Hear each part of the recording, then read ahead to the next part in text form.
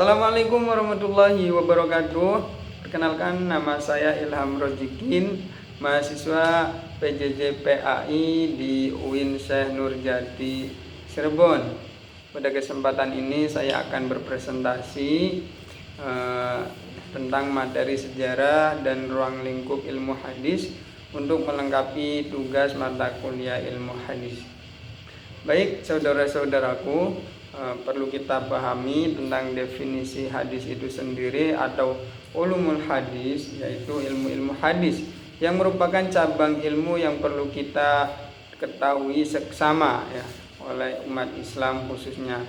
Sebagaimana telah kita ketahui, hadis ialah segala perkataan, ketetapan, perbuatan, dan persetujuan dari Nabi Muhammad SAW yang dijadikan ketetapan atau dijadikan sebagai sumber ya pedoman dalam agama Islam setelah Al-Quran.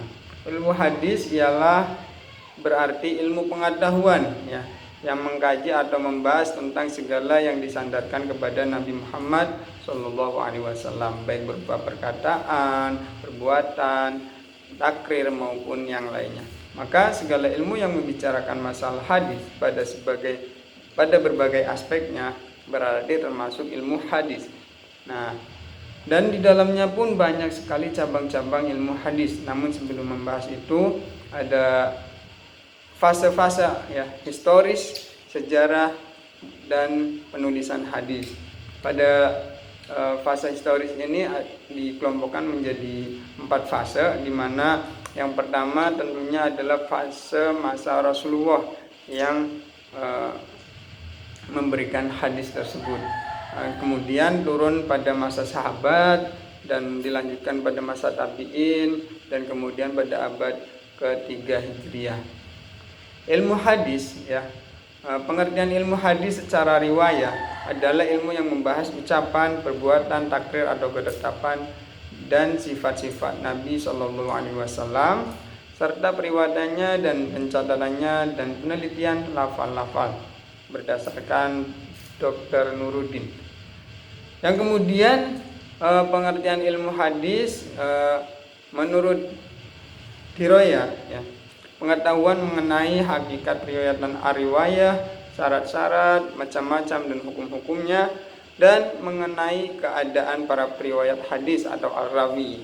Dan syarat-syaratnya juga mengenai macam-macam hadis yang diriwayatkan atau al-marwi, serta mengenai segala yang berkaitan dengannya ya.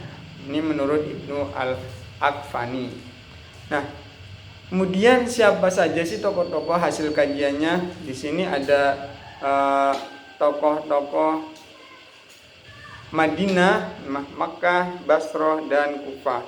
Tokoh-tokoh Madinah diantaranya ada Muhammad ibnu Syihab Az-Zuhri pada tahun 51 sampai 124 Hijriah, ada Ibnu Ishaq, ada Ibnu Malik An-Nas, kemudian ada tokoh di kalangan kota Mekah itu ada Ibnu Jurayj, kemudian di Basra ada Hamad bin Salamah, kemudian di Kufah ada Sufyan Ats-Tsauri.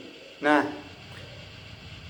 muhaddis besar pada abad ke-3 Hijriah atau orang-orang yang meriwayatkan hadis ya pada abad ke-3 Hijriah ada Imam Bukhari ya pada periode 1904 sampai 256 Hijriah, kemudian diteruskan oleh Imam Muslim ya, ada Imam Abu Dawud, Imam Tirmidzi, Imam Nasai, dan Imam Ibnu Majah sampai tahun 273 Hijriah.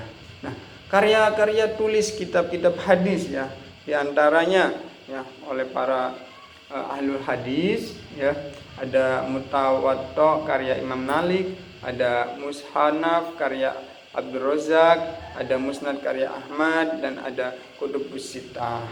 Nah, kemudian sejarah hadis pada prakodifikasi itu hadis pada masa Nabi Muhammad periode ini itu disebut sebagai asr al-wahyi wa at-takwin ya. Apa maknanya? Perkembangan hadis pada masa Khulafaur Rasyidin, yaitu pada 11 Hijriah ya. Periode ini disebut asr at-tabut wa al-iqlal min ar-riwayah.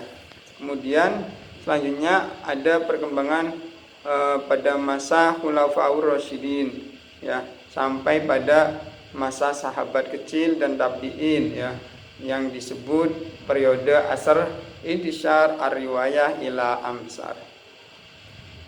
Kemudian 4 unsur dalam periwayatan hadis itu ada sanad, ya, ada sanad, ada matan, ada rawi, ada mukharij, ya. Nah, sanad itu apa sih? Sanad itu tempat bersandarnya, ya, atau urutan para perawi hadis yang kemudian berlanjut kepada matan. Itu namanya sanad. Misalnya an Abi Hurairah dan seterusnya. Itu namanya sanad. Sedangkan matan adalah isi dari hadis tersebut, ya. Isi dari hadis tersebut. Nah, rawi itu apa? Rawi berarti yang meriwayatkan. Misalnya rawahu Imam Bukhari, seperti itu. Sedangkan mukharij adalah orang yang menukilkan hadis dari suatu kitab atau musnad ke kitab yang lain. Baik, saudaraku, hadis, khobar, as-sunnah, asar itu istilah-istilah lain dalam hadis, di mana hadis adalah segala sesuatu yang disandarkan kepada Nabi, baik berupa perkataan, perbuatan, pengakuan atau takrir dan sifat akhlak dan fisik Nabi. Sedangkan as-sunnah adalah segala yang dinukilkan dari Nabi Shallallahu Alaihi Wasallam, baik perkataan, perbuatan maupun takrir, pengajaran, sifat, perilaku, perjalanan hidup Nabi Muhammad Shallallahu Alaihi Wasallam sebelum diangkat menjadi Rasul maupun sesudahnya. Nah, sedangkan khobar itu adalah hadis yang berasal dari Nabi Muhammad Shallallahu Alaihi Wasallam. Sedangkan khobar adalah selain dari beliau Shallallahu Alaihi Wasallam.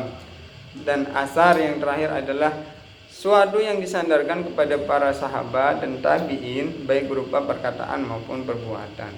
Nah, teman-teman, selanjutnya adalah cabang-cabang ilmu hadis yang tadi kita singgung di awal. Ya, yang pertama ada ilmu tentang hadis, ya, ilmu rijalul hadis, ya. Kemudian ada ilmu jahr wal at-ta'dil, kemudian ada ilmu fanil Muhammad, kemudian ada ilmu gharib al-hadis, dan yang terakhir ada ilmu i'lal al-hadis, di mana masing-masing cabang ilmu tersebut memiliki definisi tersendiri atau pembahasan tersendiri tentang hadis.